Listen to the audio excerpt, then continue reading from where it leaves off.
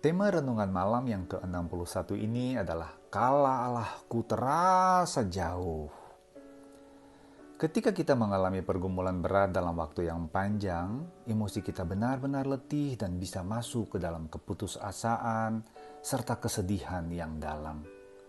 Apalagi kalau belum selesai satu pergumulan, muncul pergumulan lain yang lebih berat. Padahal sudah berdoa berkali-kali, namun belum ada jawaban doa juga. Perasaan sedih yang dalam ini tidak jarang bisa mempengaruhi penilaian kita kepada Allah. Kita akan merasa bahwa Allah itu jauh dan tidak mendengar doa serta peduli kepada kita. Karena merasa seperti begitu, maka sangat mungkin timbul kemarahan dan kekecewaan kepada Allah. Lalu kemudian mengambil keputusan untuk meninggalkan Allah.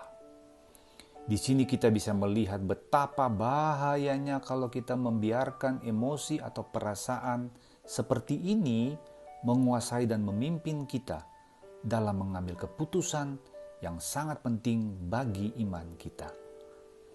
Perasaan atau emosi negatif seperti ini merupakan pintu masuk ke dalam pengambilan keputusan yang bisa menghancurkan iman kita. Hati-hati, jangan kita membiarkan emosi mengendalikan kita. Apalagi emosi yang negatif, sangat-sangat berbahaya. Kalau kita sedang merasa seperti ini, mari kita merenungkan kehidupan Daud. Di 1 Samuel 21 diceritakan Daud lari dari Saul yang ingin membunuhnya. Larinya ke Gad, yang justru musuhnya yang lain yang sangat benci kepadanya. Karena gara-gara Daud, Gad mengalami kekalahan yang berkali-kali. Mau keluar aman dari mulut buaya, malah masuk mulut singa.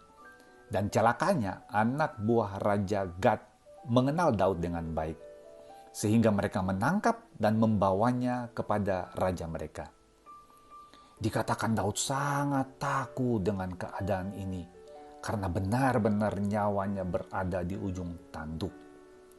Dalam keadaan yang sangat berat dan emosi yang sangat tertekan, Daud tetap meminta pertolongan Allah dan Allah menolongnya dengan cara dan waktu Allah.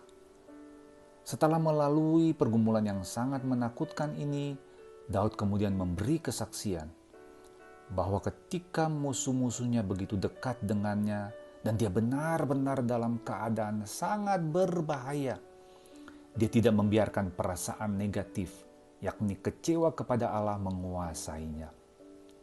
Dia tetap percaya bahwa Allahnya jauh lebih dekat dan mendengar doa, serta akan memberikan pertolongan dengan cara dan waktu Allah. Semua dalam kendali Allah, karena Allah yang dipercayainya adalah Immanuel, Allah yang selalu bersama-sama dengan umatnya, yang sangat dekat dengan umatnya. Itu janji Allah.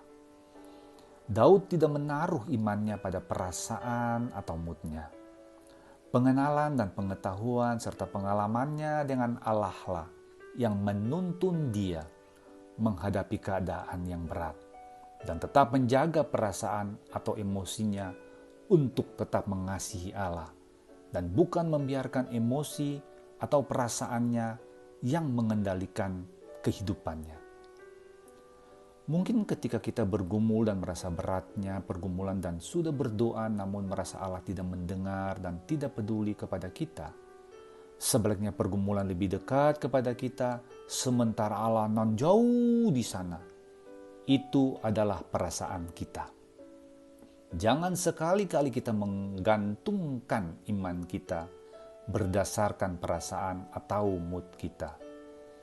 Lagi senang dan bahagia kita merasa Allah dekat dan mengasihi kita.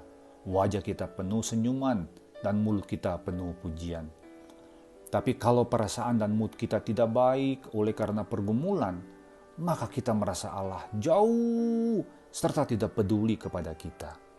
Ingat, jangan biarkan perasaan atau emosi kita seperti itu mengendalikan kita. Sangat berbahaya. Allah kita tidak seperti begitu. Perasaan kita sedang senang atau susah, mood kita sedang berkabut.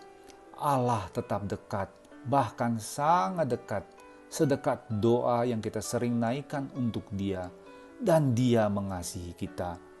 Itu berarti kasih sayang dan perhatiannya tidak tergantung pada perasaan atau mood kita.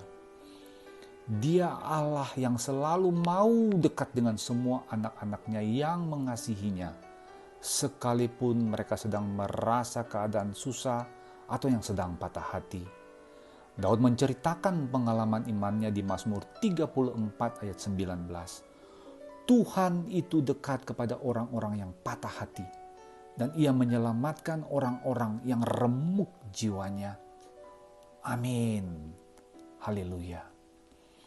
Bapa, ingatkanlah kami selalu, apapun keadaan kami, bagaimanapun perasaan dan mood kami, ingatkan dan topang iman kami, bahwa Engkau sangat dekat, peduli, sayang dan mengasihi kami, orang-orang yang telah Engkau tebus.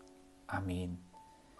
Kiranya renungan malam ini menjadi berkat bagi kita semua. Salam kemenangan dari Billy Liline. Selamat malam, selamat beristirahat. Tuhan Yesus memberkati kita semua. Haleluya. Amin.